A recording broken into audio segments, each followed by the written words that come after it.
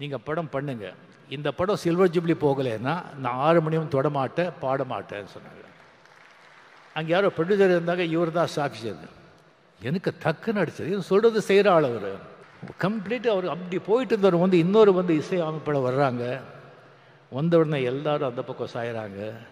அவருக்கு போய்ட்டு வந்து கோடி கோடியாக சம்பாதிச்ச ப்ரொடியூசர்ஸ், டைரக்டர்ஸ், திஸ்திங் அவங்க எல்லாம் போகிறாங்க, ஆர்டிஸ்ட்டும் போகிறாங்க, இன்க்ளூடிங் ரஜினிகாந்த். பட் அவரை பற்றி அவர் எந்த கவலையும் படல. டிஎன் நகர்லேருந்து பிரசாத் ஸ்டூடியோக்கு ஒரு வண்டி 6 மணிக்கு எப்போ அப்படியே போயிட்டே இருந்தது. அந்த 6 மணியும் வாசிச்சுட்டே இருந்தது, ரெக்கார்டிங் நடந்துகிட்டே இருந்தது. தன் திறமையால் திரைத்துறையில் உச்சம் தொட்டவர், கோடி ரசிகர்களின் அன்பை பெற்றவர் சூப்பர் ஸ்டார் திரு ரஜினிகாந்த் அவர்களை அன்புடன் அழைக்கிறோம்.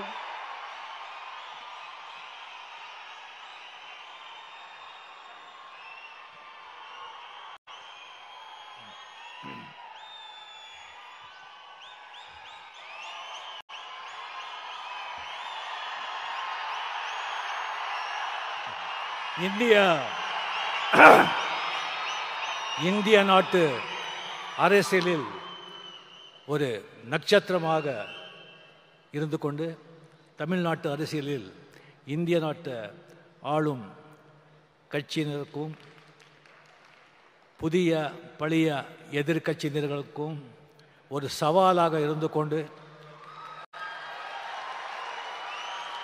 வாங்க 26 பார்க்கலாம் அப்படின்னு தனக்கே உறுதியான அந்த ஒரு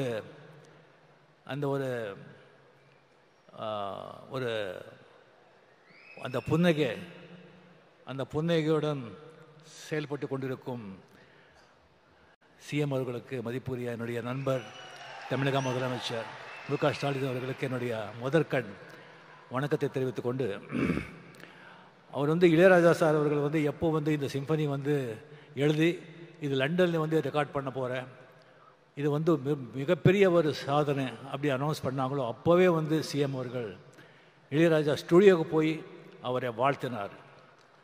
அது மட்டும் இல்லை, இந்த ரெக்கார்டிங் அவர் முடிச்சுட்டு வந்த பிறகு அவருக்கு ஏர்போர்ட்லேயே அரச மரியாதையுடன் வரவேற்று அவருக்கு பெரிய கௌரவம் செலுத்தணும் அப்படின்னு சொல்லி இந்த ஒரு மாபெரும் விழா, அந்த ஒரு எளிய பிரம்மாண்ட மனிதனுக்கு இந்த ஒரு பிரம்மாண்டமான ஒரு விழா நடத்தி இந்த மாதிரி வந்து அங்கே வந்து சம்பனி வாசித்தவங்களே வந்து இங்கே அரசு செலவில் இங்கே கொண்டு வந்து நம்ம கண்ணுக்கும் காதுக்கும் விருந்து அளித்திருக்காரு. அவருக்கு உங்கள் சார்பிலையும் என் சார்பிலையும் சிஎம் அவர்களுக்கு என்னுடைய மனமார்ந்த பாராட்டியும் நன்றிகளை தெரிவித்துக் கொள்கிறேன்.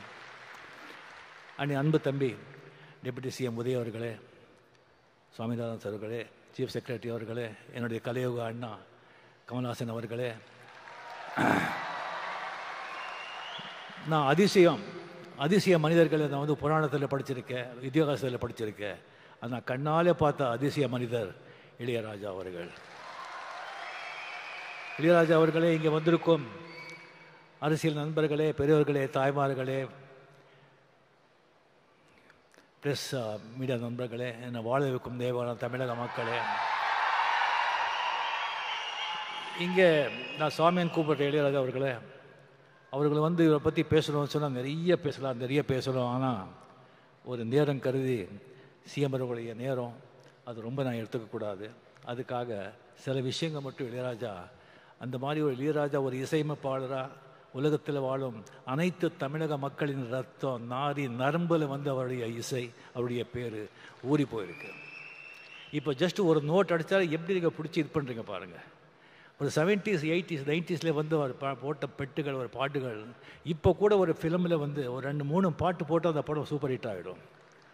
இப்போ கூலியில் கூட 2 பாட்டு வந்து நம்ம அதை நம்ம பயன்படுத்திக்கிட்டோம்.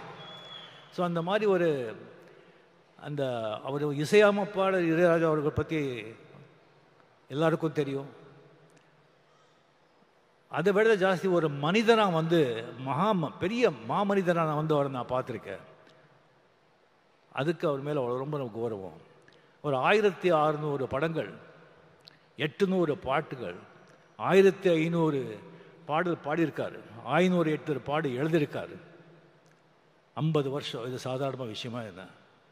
சரி, அவரை வந்துட்டு நான் பல விதங்களில் 50 வருஷத்தில் வந்து பல நேரங்களை சந்திச்சிருக்கேன். ஃபஸ்ட்டு நான் பார்த்த 74 வந்து ஜிகே வெங்கடேஷ் கிட்ட ரெசிடெண்ட்டாக இருக்கும்போது நான் ஃபிலிம் இன்ஸ்டியூட்டில் படிக்கும்போது அந்த ஸ்டுடியோ ரவுண்ட் போகும்போது பார்த்தேன். ஒரு சின்ன ஒரு பையன் அதிர்ஷ்டிங்க பார்த்தேன். அதுக்கப்புறம் புவனாவரி கேள்விக்குறியில் வந்துட்டு ஒரு இளைஞன் இளையராஜா இன்சர்ட் பண்ணி ஒரு நல்ல க்ளீன் ஷேவ் பண்ணி அவரை நான் பார்த்தேன். அதுக்கப்புறம் ஒரு நாள் திடீர்னு பார்க்குறேன், கம்ப்ளீட்டாக வந்து ஒரு வேஷ்டி ஜுப்பா போட்டு ருத்ராட்சை போட்டு முடியெல்லாம் வந்து மொட்டை அடிச்சுட்டு வந்து பொட்டோடு இருக்காங்க. ஒரு பார்த்த உடனே நான் சாமியான்னு கூப்பிட்டேன். இது என்ன சாமியான்னு சொன்னேன். இதுதான் சாமி ஒரிஜினல்னு சொன்னாங்க. அப்போலேருந்து அவர் எப்போவுமே சாமியான்னு நான் கூப்பிடுறேன். அந்த மாதிரி வந்து அவர்கிட்ட வந்து ஒரு வாட்டி பஞ்சுவரணாசம் கூட வந்து ஒரு படத்துக்கு வந்து நான் வந்து கம்போசிங் போயிருந்தேன் ஷூட்டிங்கில். அப்படி போயிருக்கும்போது ஜஸ்ட்டு வந்து ராகங்கள் அப்படி வருது, ஜஸ்ட்டு 6 மணியை தொட்டு அப்படியே கொட்டுறாங்க. அதாவது அந்த பழைய காலத்தில் வந்து பட்டிக்காட்டில் வந்துட்டு அந்த நெல் குவியல் இருக்கும். அது வந்து ஒருத்தர் அளந்து கொடுப்பான், இன்னொருத்தர் தள்ளி கொடுத்துட்ருப்பான். அளந்து கொடுக்குறவன் வந்து தள்ளி கொடுக்க பற்றி பார்க்கவே மாட்டான். அந்த மாதிரி அந்த ராகங்களோட ராசியை வந்து அந்த ராக சரஸ்வதி ராக தேவி இந்த ராக தேவனுக்கு அப்படியே தள்ளி கொடுப்பான். இவர் அப்படியே அந்த ஹார்மோனியம் அப்படியே அள்ளி கொடுக்குறார். அந்த மாதிரி ஒரு இது சில விஷயம் மட்டும் நான் சொல்கிறேன். நேரம் கருது ஒரு வாட்டி எனக்கு வந்து வாங்க ரஜினி உங்கள்கிட்ட பேசணும்னு சொன்னாங்க.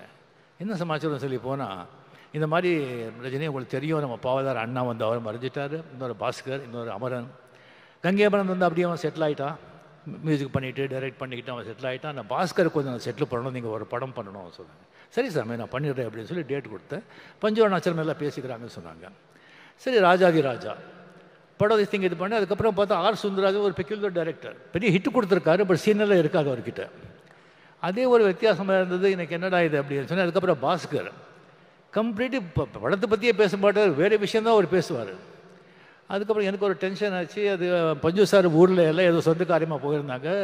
ராஜாசாமி கிட்ட பிரசாத் ஸ்டுடியோ போயிட்டு, சாமி இந்த மாதிரி ரொம்ப டிஸ்டர்பாக இருக்குது, படம் எப்படி வரும்னு தெரியாது, இந்த மாதிரி பாஸ்கர் மாதிரி இருக்கார் அப்படின்னு சொன்னால் என்னை பார்த்து சிரித்தார். சுவாமி இந்த கதையை வந்து ஒரு லைன் கூட நான் படிக்கலை, எனக்கு தெரியாது, நீங்கள் படம் பண்ணுங்க, இந்த படம் சில்வர் ஜூப்ளி போகலைன்னா நான் 6 மணியும் தொடமாட்டேன் பாட மாட்டேன்னு சொன்னாங்க. அங்கே யாரோ ப்ரொடியூசர் இருந்தாங்க, இவர் தான் சாட்சி. அது எனக்கு டக்குன்னு அடிச்சது. இது சொல்கிறது செய்கிற ஆள் அவர். என்னங்க இப்படி சொல்கிறீங்க? நான் சொல்லலை சாமி, அந்த மூகாமிகா அந்த தாய் சொல்ல வைக்கிறான், நான் சொன்னேன், அவ்வளோதான், நீங்கள் போங்க. எனக்கு இன்னும் டென்ஷன் ஏறிடுச்சு எனக்கு. ஓ என்னையா இது? அதுக்கு போய் ஊட்டியில் போகிறேன். ஒரு பாஸ்கர் மார்னிங் வந்து அப்படியே வந்து காதில், ரஜினி நல்ல மழை, இன்னைக்கு ஷூட்டிங் இல்லை, இன்னும் 2 நாள் மழை, மட்டன் குழம்பு இட்லி அப்படின்னு. அந்த மாதிரி எனக்கு 25 வாரம் என்னடா இதுன்னு சொல்லிட்டு எனக்கு ரொம்ப டென்ஷன் ஆகிட்டு, அதுக்கப்புறம் நானே மென்டலி முடிவு பண்ணியிருந்தேன்.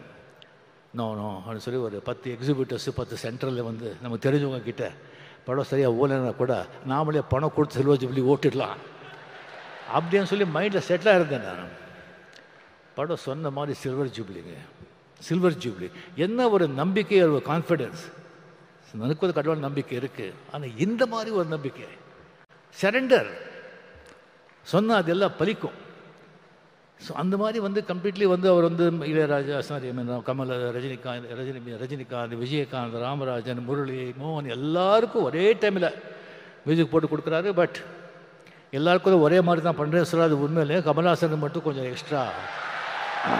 அது ஆல்ரெடி சொல்லியிருக்கேன் நான், அது சிஎம் முன்னாலேயே அதை நான் பதிவு பண்ணுறேன். கமலுக்கு தான் அவர் கொஞ்சம் ரொம்ப ஜாஸ்தி. இது ஒன்றும் இல்லைங்க, வீதியில் வீதியில் மான் போல் வந்தவனை யார் அடித்தாரோ உன்னை யார் அடித்தா, அவர் மட்டும் பாட்டுங்க 1000 பேர் அப்படியே கண்ணில் அழுதுருவீங்க. ஒவ்வொரு பாட்டும் அந்த மாதிரி ஒரு பாட்டு. சரி, அந்த மாதிரி வந்து இளையராஜா வந்து அந்த மாதிரி ஒரு கொடிக்கட்டி பிறந்தார். பட் ஒன்றுங்க, ஆக்சுவலி வந்து எப்போவுமே வந்து சக்ஸஸே வந்துட்டு இருந்தால் அந்த சக்ஸஸோட அருமை தெரியாது. அப்பப்போ ஃபெயில்யூர் வரணும், ஃபெயில்யூர் வந்தால் தான் சக்ஸஸோட அருமை தெரியும். ஸ்பீட் பிரேக்கர் மாதிரி கம்ப்ளீட் அவர் அப்படி போயிட்டு இருந்தவர் வந்து இன்னொரு வந்து இசை அமைப்பாளர் வர்றாங்க. வந்த உடனே எல்லாரும் அந்த பக்கம் சாயிறாங்க. அவருக்கு போய்ட்டு வந்து கோடியாக சம்பாதிச்ச ப்ரொடியூசர்ஸ், டைரக்டர்ஸ், திஸ்திங் அவங்க எல்லாம் போகிறாங்க, ஆர்டிஸ்ட்டும் போகிறாங்க, இன்க்ளூடிங் ரஜினிகாந்த். பட் அவரை பற்றி அவர் எந்த கவலையும் படல. டிஎன் நகர்லேருந்து பிரசாத் ஸ்டுடியோக்கு ஒரு வண்டி 6 மணிக்கு எப்போ அப்படியே போயிட்டே இருந்தது. அந்த 6 மணியும் வாசிச்சுட்டே இருந்தது, ரெக்கார்டிங் எடுத்துக்கிட்டே இருந்தது. அது வந்து திடீர்னு சொல்லி பாஸ்கர் காலமானார். திடீர்னு சொல்லி அவர் உசிராக நேசித்த ஒரு மனைவி ஜீவா அவங்க காலமானார். அதுக்கப்புறம் பவதாரணி ஒரே டாக்டர்னால் அவ்வளோ அன்பு, அவ்வளோ பிரியம். சும்மா அப்படி உட்காந்துருப்பாங்க, டாக்டர் வந்து கரண்ட் வந்த மாதிரி அவங்க இறந்து போகிறாங்க. அந்த 6 மணி வாசிட்டே இருக்கும், 6:30 மணிக்கு அந்த வண்டி போயிட்டே இருக்கும் பிரசாத் ஸ்டுடியோக்கு. எந்த ஸ்தலமும் இல்லை, எந்த இதுவும் இல்லை, கம்ப்ளீட்லி அவருடைய உலகமே வேறு. இங்கே நம்ம உலகத்தில் அவர் இல்லை, இசை உலகத்தில் அவர் இருக்கார். அப்பப்போ இங்கே வந்துட்டு போகிறார், அவ்வளோதான். அதுக்கப்புறம் திடீர்னு பிரசாத் ஸ்டுடியோவில் வந்துட்டு இங்கே நீங்கள் இருக்கக்கூடாது, நீங்கள் காலி பண்ணுங்க அப்படின்னு சொல்கிறாங்க. அங்கே ரெக்கார்ட் பண்ணணுங்கிறதுக்காக எத்தனை ப்ரொடியூசர்கிட்ட அவர் வந்து சண்டை போட்டிருக்காரு, எத்தனை டைரக்டர்ஸை இழந்திருக்காரு. சரி, ஓகே, பரவாயில்ல அப்படின்னு சொல்லிட்டு அதே ரோடில் வந்து ஒரு ப்ரீமியர் தியேட்டரை வந்து வாங்கி ரெக்கார்டு தியேட்டரை கன்வெர்ட் பண்ணி எந்த ஸ்டூடியோ இருந்ததோ அந்த பக்கமே இளையராஜா போர்டு போட்டாங்க. ஸோ அதுக்கப்புறம் நீங்கள் பார்த்தீங்கன்னா ஒரு கம்பெனிக்கு வந்து ஒரு ரைட்ஸ் கொடுத்துருந்தாங்க. ப்ரொடியூசர்கிட்ட ஒரு பணம் வாங்கி ஒரு படத்தை வாங்கி கொடுத்துருந்தாங்க. அவங்க திடீர்னு கையை விரிச்சுட்டாங்க. எந்த பணமும் இல்லை, உங்களுக்கு இது இல்லை அப்படின்னு சொல்லிட்டு.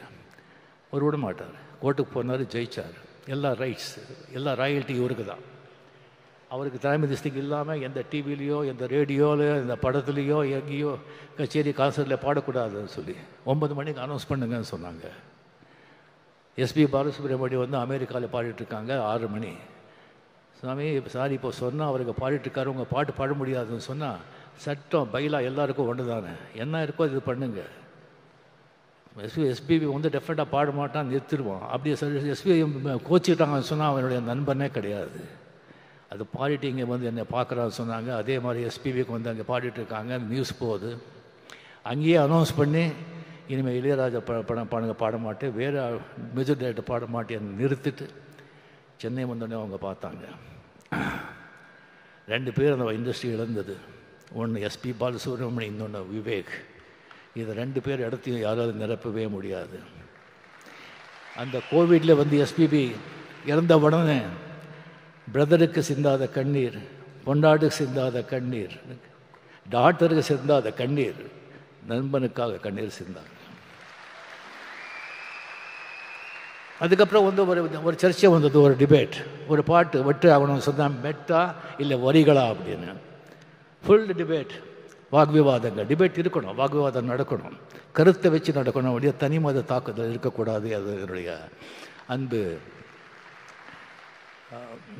அது இது. ஸோ இது பண்ணிகிட்ருக்காங்க. ஒரு 2 மாதம் ஆச்சு, 2 மாதம் ஆச்சு. அப்போ தான் இளையராஜா மீடியா கிட்டே வந்தாங்க.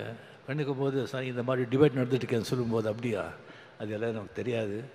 சரியாக வந்துட்டு 2 நாள் வந்துட்டு 3000 பேஜஸ்க்கு வந்து நான் சிம்ஃபனி எழுதியிருக்கேன், இது வந்து அங்கே வந்து ரெக்கார்ட் பண்ண போகிறேன் அப்படி சொல்லி போகும்போது வந்து மீடியா கிட்டே சொல்கிறாங்க, இந்த மாதிரி சிம்ஃபனி யாருமே இது வரைக்கும் எழுதுதில்லை, பண்ணதில்லை.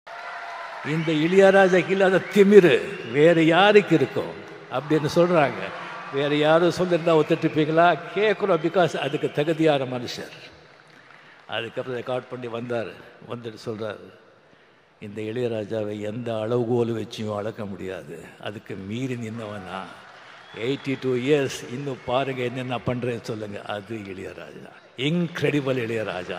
Hats off the great maestro, long live. ஒன்றும் இல்லைங்க, நல்ல நீதி, நியாயம், உண்மையாக கடினமாக உழைச்சா எல்லாமே உன் பின்னால் வரும். நீ அதுக்கு பின்னாலே போகவே முடியாது. Lead a righteous life, work hard, everything will come after you. நீ நாட் கோ ஆஃப்டர் எனிதிங். அந்த மியூசிக் இருக்கிற பவரை நீங்கள் பார்த்தீங்கன்னா, கமல்ஹாசன் சும்மா ஒரு 4 வரி பாடினாங்க. அந்த 4 வரியும் ஒன்று தான், நான் இவ்வளோ பேசினதும் ஒன்று தான். அதுதான் அந்த மியூசிக்கோட பவர். அதுக்கு அரசன் ராஜா அவர்கள் என்றும் என்றும் நல்லா இருக்கணும். நீங்கள் நண்பர், உங்கள் கூட அத்தனை வருஷங்கள் அத்தனை வந்து நடந்திருக்கு. நம்ம பழகணுங்கிறதே நமக்கு மிகப்பெரிய பாக்கியம். தயவு செஞ்சு உங்கள் ஆடியோ பயோகிராஃபி, உங்கள் சுயசரிதியை வந்து படமாக வந்து எவ்வளோ சீக்கிரம் முடியுமோ அவ்வளோ சீக்கிரம் ரிலீஸ் பண்ணுங்கள். நாம் எல்லோரும் பார்க்குறதுக்கு அவலாக இருக்கும். என்னை விட்டால் நானே ஸ்கிரிப்ட் எழுதி கொடுக்குறேன். நன்றி, வணக்கம்.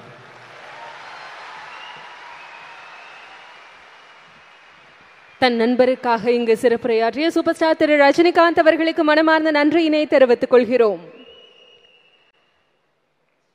ராஜா சாரின் இசையும் நம் மாண்புமிகு முதலமைச்சர்